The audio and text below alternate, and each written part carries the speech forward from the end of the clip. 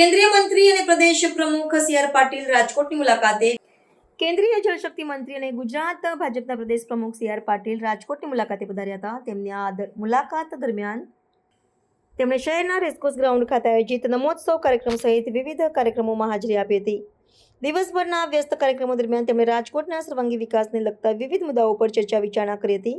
આ મુલાકાત દરમિયાન શ્રી પાટીલે રાજકોટના ધારાસભ્યો, ભારતીય જનતા પાર્ટીના પદાધિકારીઓ અને સ્થાનિક નેતાઓ સાથે એક બેઠક યોજી હતી. આ બેઠકમાં તેમણે સંગઠનાત્મક બાબતોની સમીક્ષા કરી અને આગામી કાર્યક્રમો અંગે માર્ગદર્શન પૂરું પાડ્યું હતું.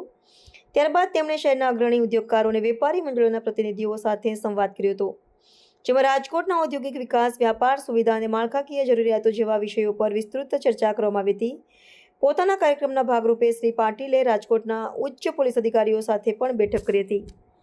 આ બેઠકમાં શહેરની કાયદો અને વ્યવસ્થાની સ્થિતિની સમીક્ષા કરવામાં આવી હતી. તેમણે સુરક્ષા વ્યવસ્થાને વધુ સુદૃઢ બનાવવા અને નાગરિકોની સુરક્ષા સુનિશ્ચિત કરવા માટે જરૂરી સૂચનો કર્યા હતા. તેમની આ મુલાકાતનો હેતુ રાજકોટના વિકાસ કાર્યોને વેગ આપવાનો અને સ્થાનિક પ્રશ્નોનું નિરાકરણ લાવવાનો હતો.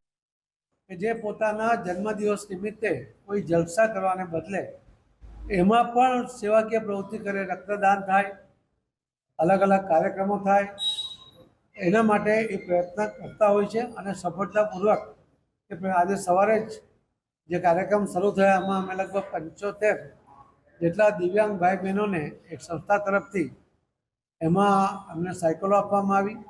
500 જેટલો રક્તદાનમાં બ્લડ મળ્યું, યુનિટ ભેગા થયા, અનેક પ્રવૃત્તિ થઈ.